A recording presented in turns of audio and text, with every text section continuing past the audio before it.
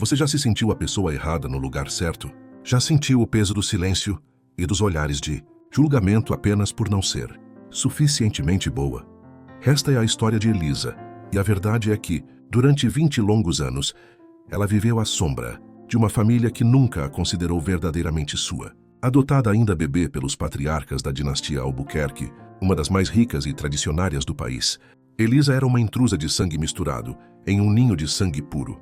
Seus pais adotivos, Silvio e Beatriz, a amavam com um carinho genuíno. Mas o restante do clã, especialmente o irmão biológico, Lucas, e a tia-avó, a terrível Madame Cecília, faziam questão de lembrá-la de sua origem. A humilhação era diária, sutil e por vezes dolorosamente explícita. Uma peça de caridade, murmuravam em coquetéis. A garota que não carrega o legado. Zombavam em reuniões de negócios. Elisa, uma jovem brilhante e de bom coração, tentava ignorar, focando em sua carreira e no amor de seus pais. Mas a ferida mais profunda se abriu na noite em que Silvio, seu pai, o único que a defendia abertamente, sofreu um infarto fulminante. Com a morte do patriarca, a máscara de civilidade caiu. O testamento se tornou o campo de batalha. Lucas, o filho biológico, estava pronto para assumir o império e, mais importante, estava pronto para expulsar Elisa. Em um jantar tenso, dias antes da leitura do documento, Lucas levantou a taça com um sorriso cruel. Que a justiça seja feita. A herança dos Albuquerque pertence ao sangue Albuquerque. Espero que você tenha feito boas reservas, prima. A sala inteira riu, e o coração de Elisa estilhaçou. Ela não tinha o sangue, não tinha o nome, e agora parecia que não teria mais nada. Mas o que ninguém daquela sala sabia, e o que você está prestes a descobrir, é que Elisa carregava o segredo mais explosivo da família. Um segredo que estava prestes a ser revelado no momento mais inesperado. A leitura do testamento. Prepare-se, porque esta história de humilhação e vingança é mais complexa e chocante do que você pode imaginar. Olá, pessoal. Sejam muito bem-vindos ao canal. Eu sou o narrador, e hoje nós temos uma história que vai fazer seu queixo cair. Pensem bem, viver em uma mansão cercada por luxo, mas sentir-se invisível, não amada e constantemente humilhada. É uma vida de ouro, mas com o coração de vidro, prestes a ser quebrado. A família Albuquerque era a personificação do poder, mas por trás da fachada de seda e champanhe, havia uma podridão de preconceito e segredos. Tudo o que Elisa queria era ser aceita, mas quando o único pilar de amor e proteção, seu pai adotivo Silvio, se vai, ela é deixada à mercê de um bando de abutres que só pensam em dinheiro e em preservar a pureza de seu sangue azul. O que acontecerá? Quando o testamento for lido, será que a adoção de Elisa será anulada por alguma cláusula oculta? Será que ela será jogada na rua como temia? Ou será que o destino, ou melhor, o pai que a amava, preparou uma última cartada para garantir a justiça? Eu quero saber, se você estivesse no lugar da Elisa, como reagiria a essa constante humilhação? Me conte nos comentários aqui embaixo. E já que estamos conversando, me diga de que cidade você está assistindo a esta história inacreditável. Eu amo ver a nossa comunidade crescendo por todo o Brasil e pelo mundo. Não se esqueçam de deixar o seu like neste vídeo, se inscrever no canal e ativar o sininho para não perder nenhuma história. Agora prepare-se, porque vamos mergulhar no primeiro capítulo desta saga. A tensão está prestes a atingir o pico na luxuosa, porém fria, mansão dos Albuquerque. A mansão Albuquerque parecia ter engolido toda a luz que um dia Silvio havia trazido. O ar estava denso, pesado com o cheiro de lírios brancos e a hipocrisia contida. Elisa se movia como uma sombra. O luto por Silvio era uma dor física, um buraco que a ameaçava engolir. Ele era o único que a olhava e via Elisa. Não a filha adotiva, a menina que veio de lugar nenhum. Sua mãe, Beatriz, estava medicada e distante, perdida em seu próprio sofrimento, deixando Elisa ainda mais isolada. No centro desse turbilhão emocional girava o cruel trio de chacais. Primeiro Lucas, o herdeiro de sangue, um homem de 30 e poucos anos, com a arrogância de quem sempre soube que seria dono de tudo. Ele a tratava com uma indiferença calculada, misturando piedade com desprezo. Desde a morte de Silvio, Lucas havia assumido a liderança de facto na empresa e na casa, e ele a fazia sentir como uma hóspede indesejada que, a qualquer momento, receberia a conta. Segundo a tia-avó, Madame Cecília, a matriarca não oficial da família, uma figura esguia e austera, com cabelos prateados perfeitamente, arrumados e um olhar que poderia congelar água. Cecília personificava a velha guarda, aquela que acreditava cegamente que a riqueza deveria vir acompanhada de uma linhagem limpa. Para ela, a adoção de Elisa era uma afronta, uma mancha no glorioso tapete dos Albuquerque. Sangue novo é bom para o jardim, não para a herança, ela havia dito uma vez em voz alta, sem se importar com a presença da menina. E, por último, a esposa de Lucas, a insípida Verônica, uma mulher cuja única ambição era usar joias cada vez maiores e garantir que seu filho, o pequeno e mimado Júnior, fosse o único neto na linha sucessória. Verônica não perdia a chance de comentar sobre as roupas de Elisa, seu emprego como curadora de arte em uma galeria menor e não na galeria da família, ou sua falta de interesse em frequentar os clubes de golfe exclusivos. Você é tão simples, Elisa, ela diria, com uma falsidade açucarada.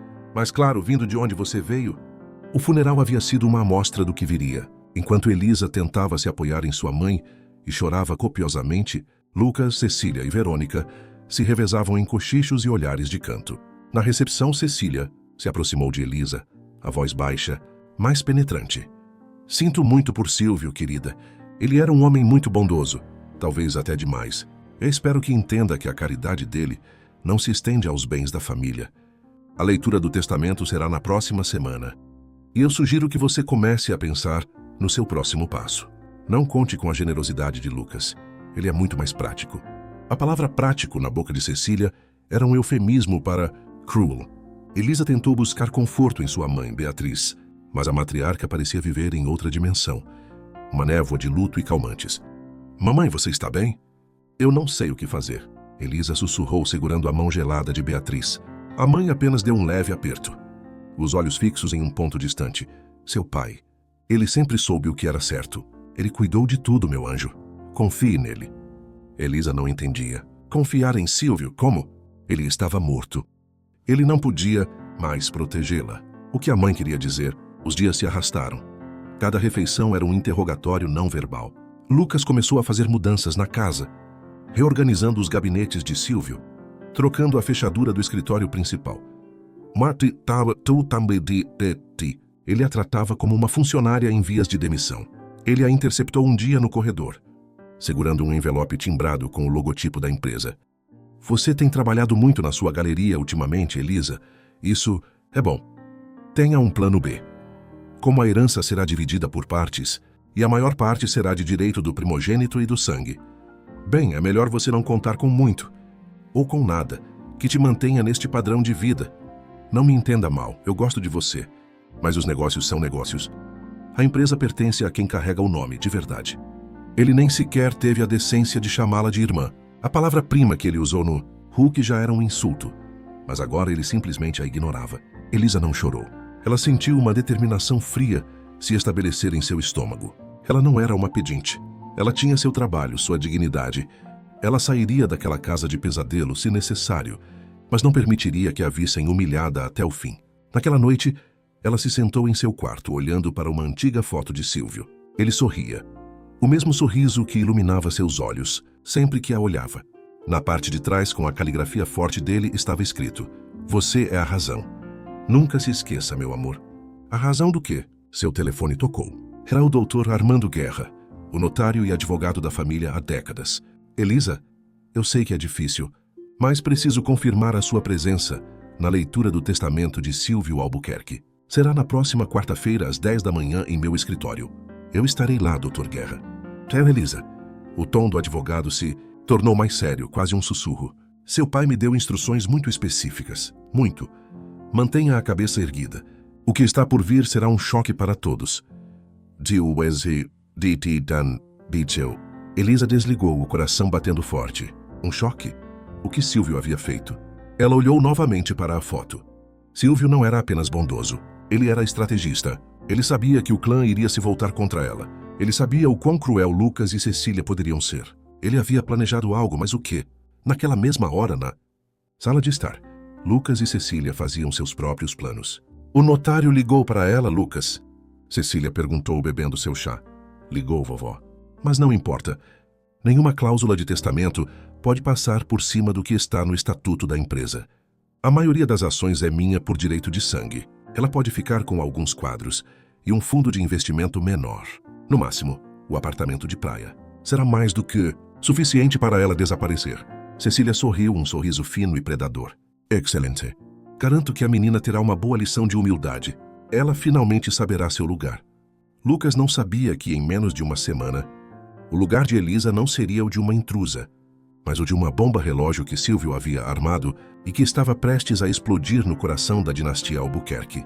O que está escrito na última página do diário secreto de Silvio, que Elisa encontra escondido em um lugar inesperado na véspera da leitura do testamento, e porque esse segredo tem o poder de mudar toda a sua percepção sobre quem ela realmente é. A última conversa com o Dr. Guerra e as palavras enigmáticas de sua mãe ecoavam na mente de Elisa. Confie nele.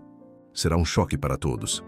Ela não podia ficar parada esperando a guilhotina cair. O conselho de Lucas, tenha um plano B, irônico como era, a impulsionou a agir. Elisa sabia que Silvio era um homem de rotinas, mas também de segredos. O antigo escritório dele, agora hermeticamente fechado por Lucas, guardava a chave do enigma.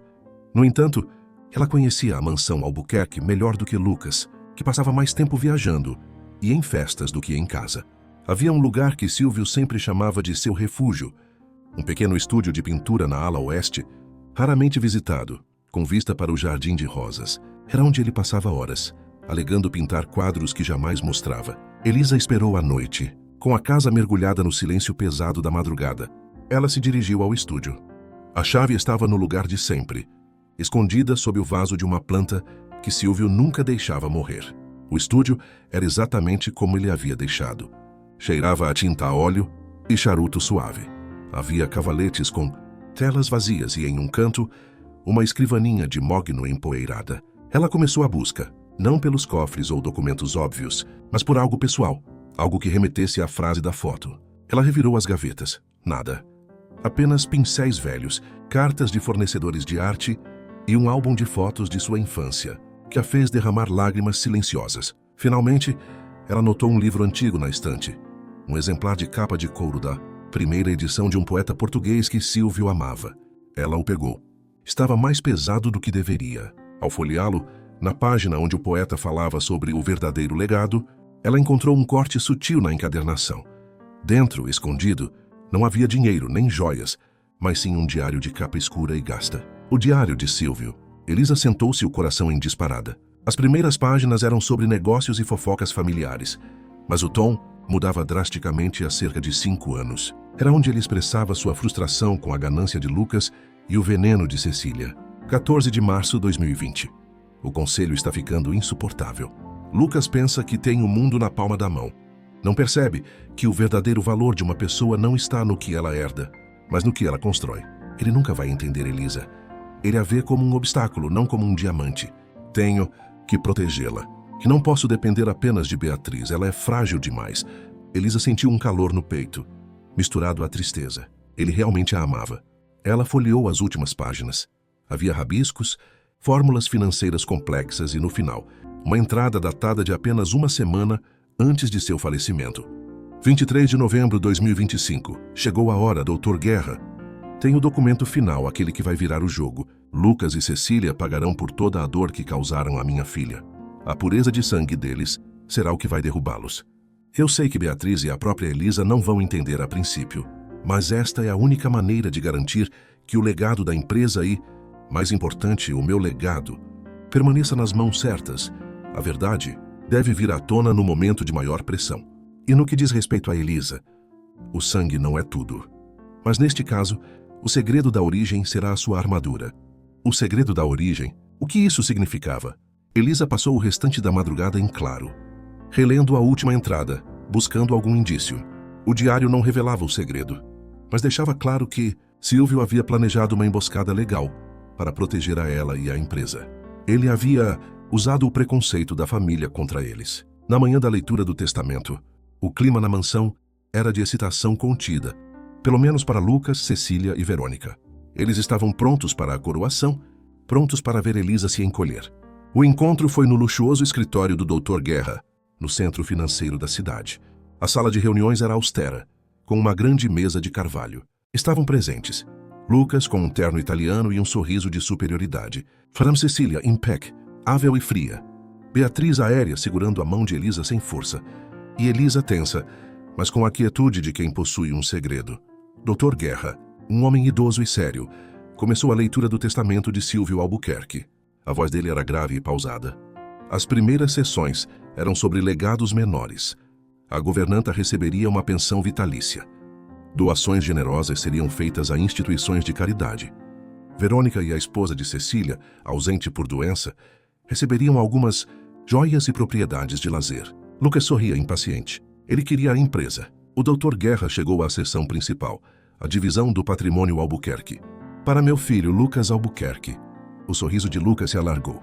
Depois eu deixo a propriedade da casa de campo em Valinhos e um fundo de investimento correspondente a 5% do capital total da empresa. O sorriso de Lucas congelou. 5%, a casa de campo, isso era uma migalha. O quê? Lucas guinchou, pondo-se de pé. Doutor, deve haver um erro. Eu sou o primogênito. O estatuto da empresa. Sente-se, Sr. Lucas.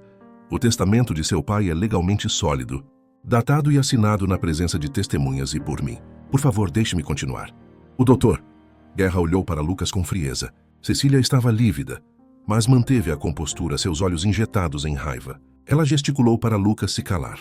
Ela sabia que Silvio podia ser excêntrico, mas isso era um insulto. O Dr. Guerra prosseguiu. O silêncio na sala era ensurdecedor. Para minha amada esposa Beatriz Albuquerque, deixo 30% do capital da empresa, a mansão principal e o controle de todos os ativos imobiliários a ser administrado por ela, vitaliciamente.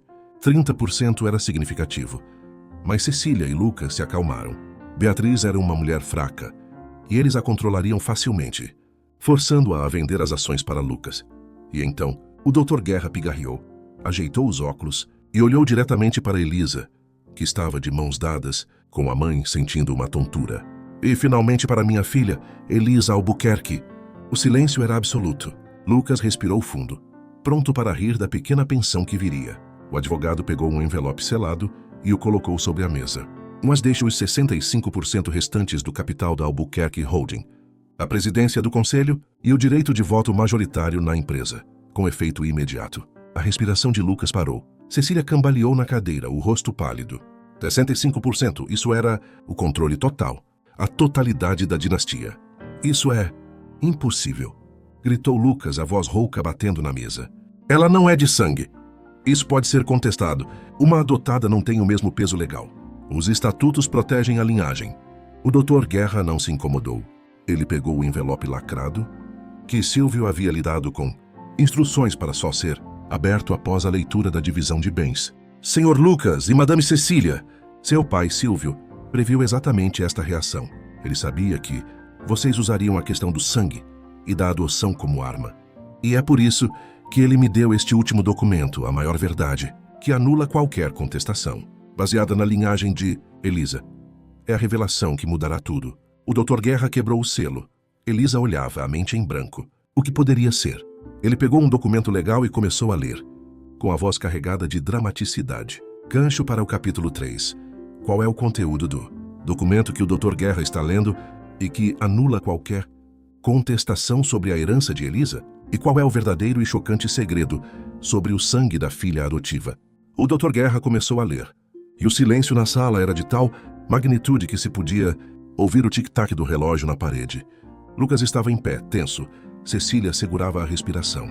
Elisa, por outro lado, sentia um formigamento no corpo, o medo se misturando à antecipação. Este documento, o advogado declarou, erguendo a folha, é uma declaração de paternidade, irretratável, datada de 10 anos atrás, feita sob juramento e acompanhada de um exame de DNA, autenticado e certificado por 3 laboratórios diferentes, incluindo o nosso laboratório forense de maior prestígio. Os olhos de Lucas se arregalaram. Cecília parecia prestes a desmaiar. O Dr. Guerra prosseguiu, a voz forte e clara, direcionada especialmente a Lucas. Em primeiro lugar, o falecido Silvio Albuquerque, neste documento, anula e revoga formalmente a alegação pública de que sua filha, Elisa Albuquerque, é uma criança adotada por razões de caridade. Ele prossegue, afirmando que a adoção formal foi um mecanismo legal para protegê-la de uma verdade complexa em sua infância, mas que o sangue de que tanto falam é de fato o dele. Elisa soltou um pequeno grito. Lucas balançou a cabeça em negação.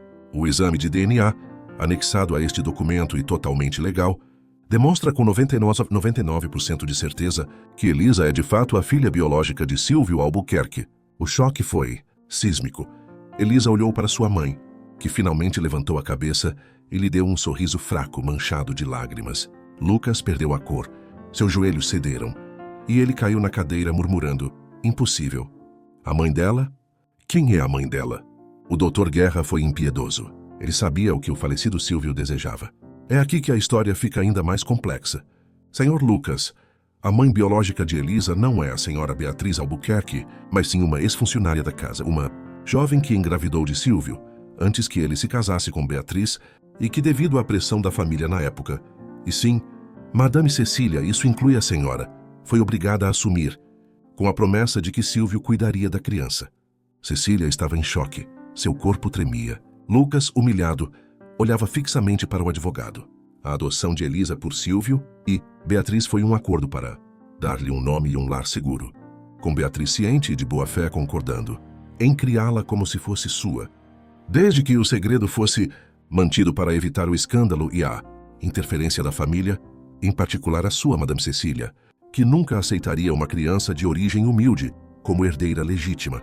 Elisa estava chorando agora, mas não de tristeza. Era uma explosão de alívio e uma compreensão dolorosa. Seus pais a amavam tanto que construíram toda uma fachada para protegê-la. Silvio a adotou para dar-lhe o nome, mas só revelou a verdade biológica no testamento, para garantir que seu direito à herança não pudesse ser contestado pela sua própria arma, a pureza de sangue. O Dr. Guerra olhou para Lucas, que parecia ter envelhecido 10 anos.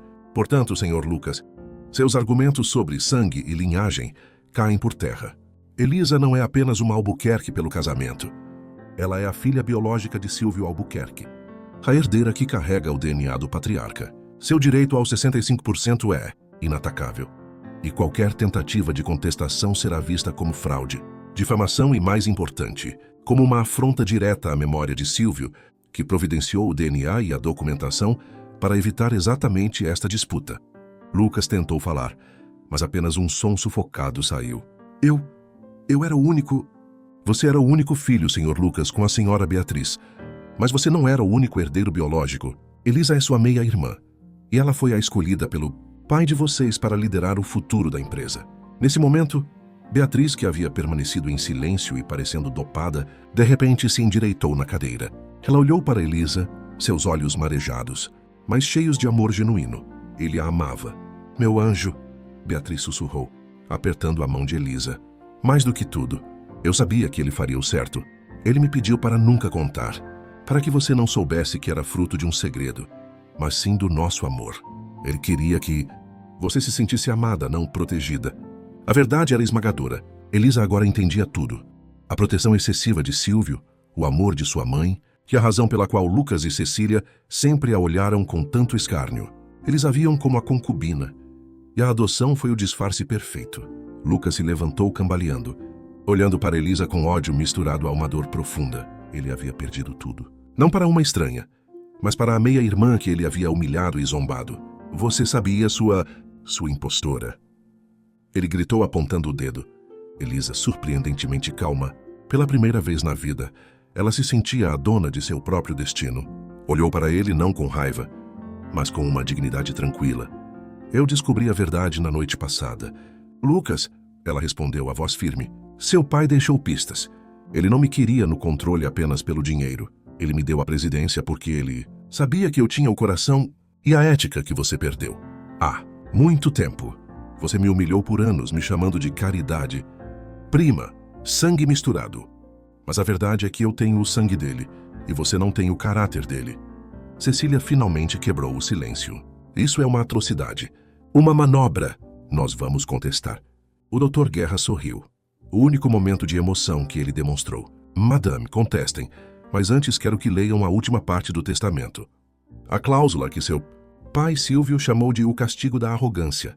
Ele pegou uma folha separada. Lucas e Cecília se entreolharam, apavorados. Eles sabiam que a fúria de Silvio não terminava na herança. Gancho para o capítulo 4.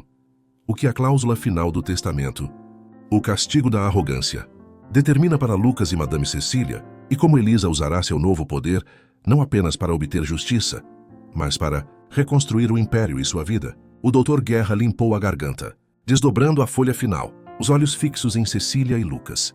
O ar na sala parecia ter ficado mais denso, como antes de uma tempestade.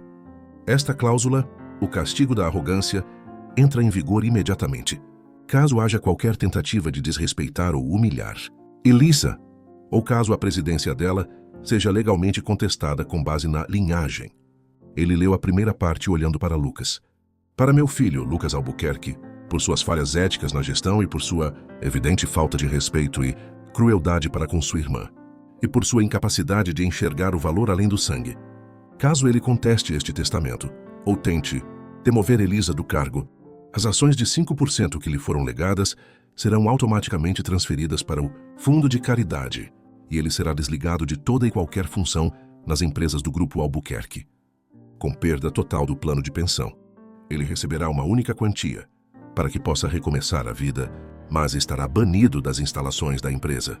Lucas ofegou, o rosto manchado de lágrimas de pura raiva. Perder a empresa ele aguentaria, mas ser banido e humilhado publicamente era demais. O Dr. Guerra virou-se para Cecília, a figura que sempre representou o coração frio da família. Para minha tia, Cecília Albuquerque, por seu papel de fomentar o preconceito, a divisão e a arrogância, e por seu constante menosprezo à minha filha, e se ela tentar influenciar Lucas na contestação. A pensão vitalícia que lhe foi prometida será reduzida a 1/10 do valor atual, e ela perderá a posse da ala leste da mansão Albuquerque, que será destinada a ser convertida em uma galeria de arte com o nome de Elisa.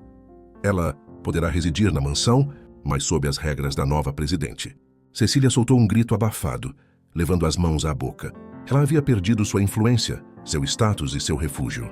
O castigo não era apenas financeiro, era social e de poder, justamente o que ela mais valorizava. O amaldiçoou, Silvio, Ceci. Lia sibilou, mas sua voz não tinha força. Lucas, derrotado, olhou para Elisa. O ódio se transformou em desespero. Ele sabia que Elisa não era apenas a herdeira. Ela era agora sua juíza. Elisa olhou para o Dr. Guerra, pedindo para falar. Ele assentiu. Ela se levantou e, embora seu corpo estivesse tremendo, sua voz estava clara e fria. Eu não quero a vingança, Lucas. Eu quero a justiça. Ela se dirigiu ao irmão que estava curvado. Eu serei a presidente. E como presidente, eu tenho o poder de suspender a cláusula do castigo em partes. Lucas, você não será banido. Você tem o sangue do nosso pai e tem talento para a gestão. Mas você vai trabalhar sob o meu comando e sob a tutela de uma equipe de ética até provar que merece nosso sobrenome e a confiança do nosso pai. Se você me desafiar ou humilhar, a cláusula será ativada e eu não terei misericórdia. Lucas a encarou, o ódio lutando contra a esperança. Ele odiava essa ideia de se curvar, mas a alternativa era a ruína total. Elisa se virou para a Madame Cecília, que estava em lágrimas de fúria e humilhação. E você, Madame Cecília? A ala leste se tornará uma galeria, como disse meu pai, mas você não perderá sua pensão. Não a reduzirei. Você continuará a viver no luxo, mas você terá que conviver com a prova do meu sucesso e do seu erro. Você não me humilhará mais. Elisa estava usando seu poder, não para destruir, mas para reformar e controlar. Ela estava demonstrando ser a líder que Silvio sabia que ela seria. Naquele dia, Elisa saiu do escritório do doutor Guerra como a nova presidente da Albuquerque Holding, não a filha adotiva humilhada. Ela era a herdeira biológica, a escolhida e, acima de tudo, a merecedora. Nos meses seguintes, ela implementou uma revolução silenciosa na empresa, focando em sustentabilidade e ética, os valores que Silvio sempre defendeu. Ela manteve Lucas em um cargo de gestão júnior, forçando-o a se reconciliar com o trabalho duro e a humildade. Ele ainda a odiava, mas a respeitava. A mansão Albuquerque lentamente ganhou vida novamente. A ala leste se tornou uma galeria de arte moderna, um tributo a Silvio. Elisa se mudou para o escritório do pai, olhando a foto dele. Certa noite, Beatriz, agora mais forte e medicada, sentou-se com Elisa. Eu te amo, minha filha. Você é a única coisa que Silvio e eu fizemos de certo. O segredo era pesado, mas era o único jeito de te proteger de verdade. Seu pai sabia que você era forte. Elisa sorriu para a mãe. A ferida ainda doía, mas estava cicatrizando. Ela havia perdido um pai, mas ganhou um legado, uma empresa e, mais importante, a verdade sobre quem ela era. Ela não era uma estranha. Ela era uma Albuquerque, em todos os sentidos da palavra.